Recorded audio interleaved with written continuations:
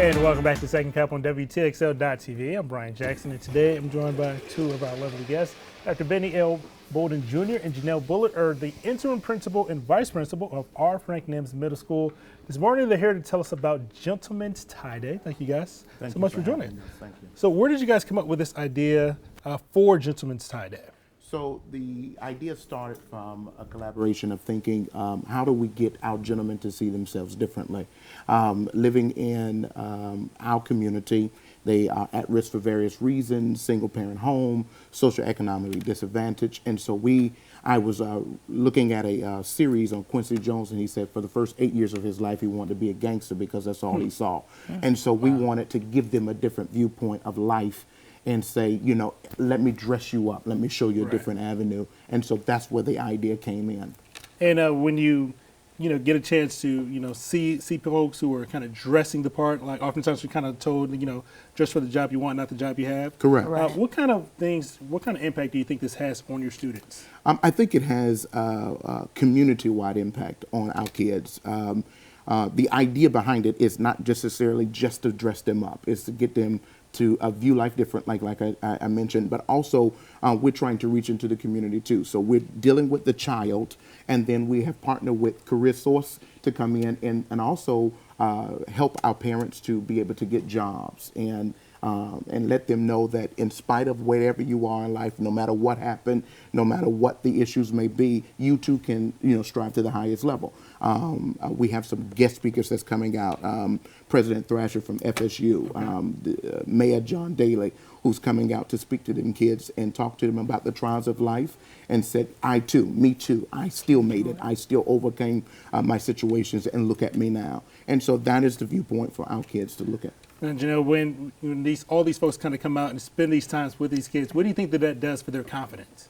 It gives them exposure, but it also shows them that there are different walks of life than just your traditional, I want to be basketball player, football player, things like that. You have people who you can show them that there's more to it, and also makes them feel, I'm dressed up, I'm looking nice, take a picture or something like that. So it's the whole child that we are looking for. And when you guys are kind of putting together a program like this, what kind of overall impact does this have? You mentioned it also has an impact on the parents of these students as well. Oh, when you're dealing with a child and you're trying to move them academically, you have to look at it from a holistic point of view. We can't look at it from just a reading or a math situation. We have to look at the community itself. And so that's what we're doing here with Gentlemen's Tie Day in trying to reach our community as a whole. Because if we're going to change the lives of the individuals in that building, we have to look at the community as a whole. And you also mentioned there's going to be some free haircuts going on too as well, right? Yeah, so on the 14th, we've partnered also with Lively, and they're going to come out. We have 272 young men on our campus, and Lively has partnered with us. They're going to give them haircuts. You got to look the part. You got to have the right line if you're going to have the suit on. You got to be ready to go. Got to do it all the way. If you're going to do it, do it all the way. Because we want them again to view themselves differently. And when you do things like this, so you're also going to teach these kids. A lot of kids don't know how to tie a tie. Yeah, and so that's what this event is pushing them from boy to man, and in that idea. That's the universal language of a man. It's a tie. We all get to that point that we have to wear a tie.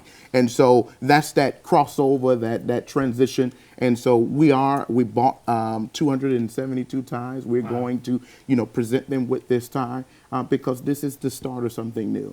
And we want them to view it like that. Now, you mentioned the number of ties. Are you also kind of looking for more donations, or how can the public kind of help you guys with this initiative? A couple of things. One, incentives, that what we do with, engaging our gentlemen, getting them to be involved in the community, taking them out, getting them out of that zip code and getting them experience in other things in life.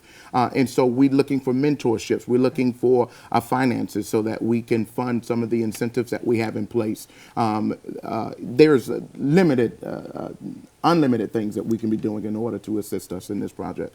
All right, and thank you guys so much for joining us today. We can put up some of the information for this. Is going to take place on October the 15th at 10 a.m. It's going to be at the address on your screen, 723 West Orange Street. It's going to be a free event. Going to make sure that these nice gentlemen are dressed the part, man. It's going to be a really great time, and thank you guys so much for joining me this morning on Second Cup. We'll have this information on our website coming up after the show WTXL.tv. And we'll have much more Second Cup coming up right after this short break.